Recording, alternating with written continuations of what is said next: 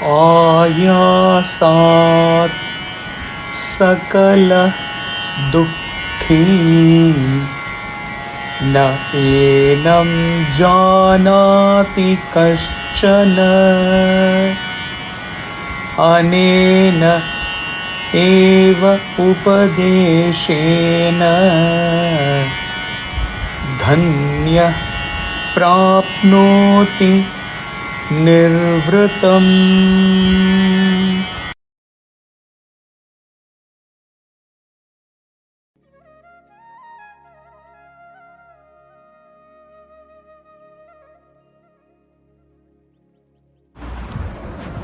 Because they exert themselves, all are unhappy.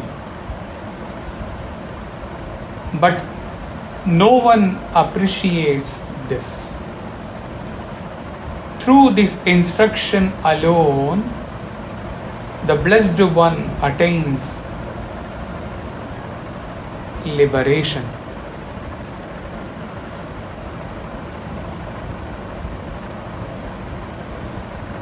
This particular verse shatters the common belief of an egoistic man for hundreds of years, for hundreds of births. Man, because he has always been thinking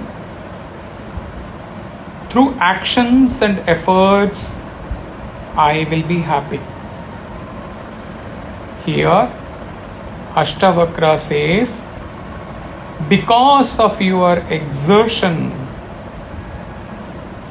because of your excessive action, you are unhappy.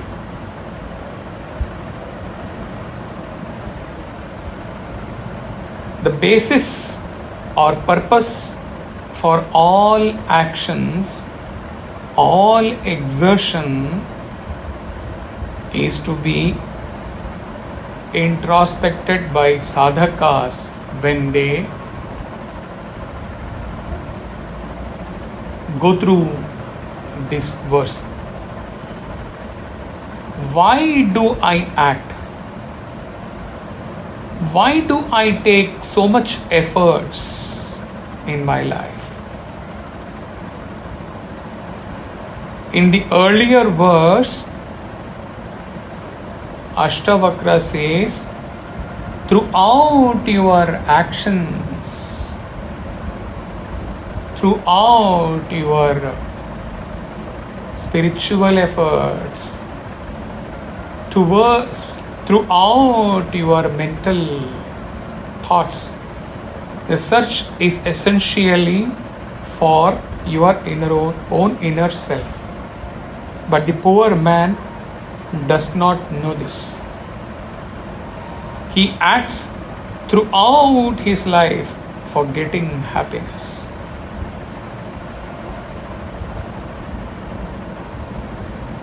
Since in every field, in every pursuit, intense competition is there in the world, with many aiming at one object or similar objects most of the time, and with the fear that not all of them may get what they desire, man ends up exerting more. Man takes up shortcuts. Man tries all wrong paths. He tries to overpower others.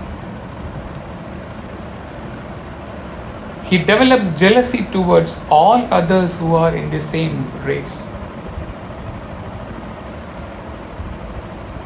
As a child, you were jealous of the other children who used to play better than you or study better than you. In the college, you want to come on top in studies or sports or whatever. You do whatever possible, right or wrong, to harm your competitor, to be on the top. When you grow up, you want to possess a woman at any cost because you fear if you don't make efforts, she may become someone else's wife. You make excessive efforts. You do so many right and wrong things in this process.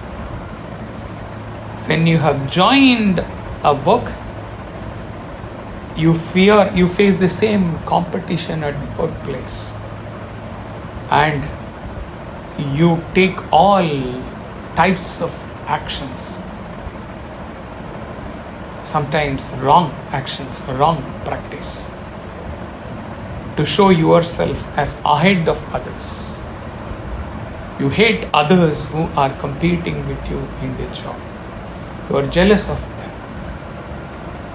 In the society at large, you want to prove that you are ahead of others in arts, in wealth, in power, in knowledge, in fame. And in the process, you end up having thoughts and converting thoughts into actions with ego.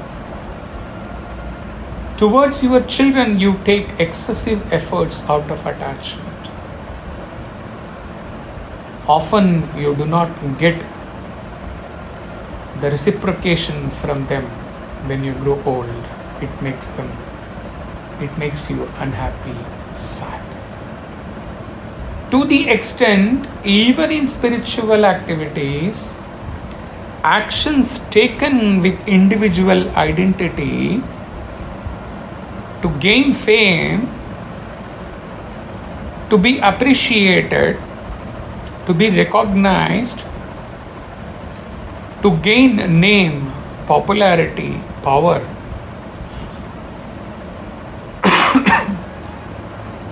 all these things may work out for some time, some years, many years, but ultimately all things earned in the process,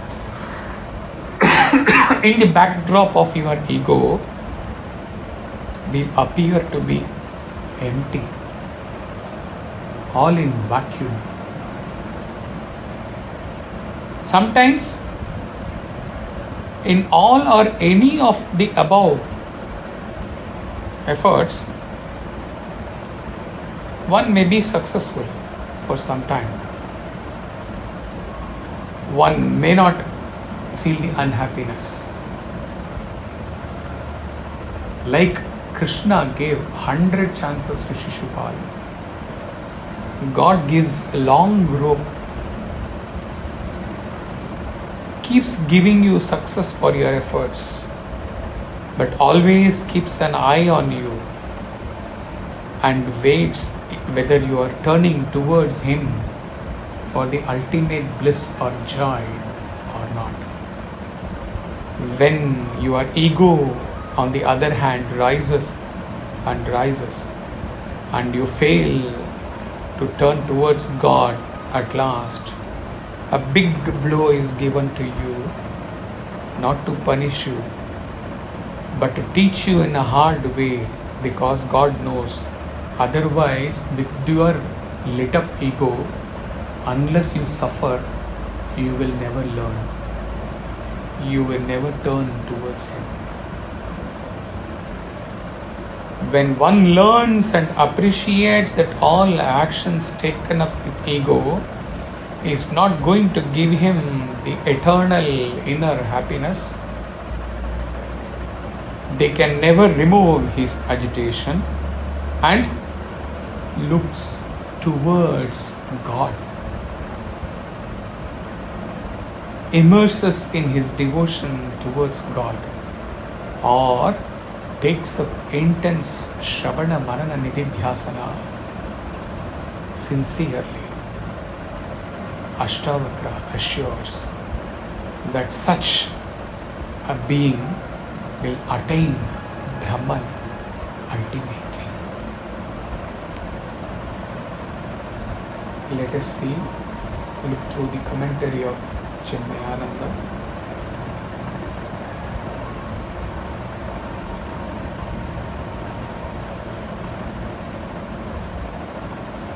The exhausting exertions of life makes everyone unhappy.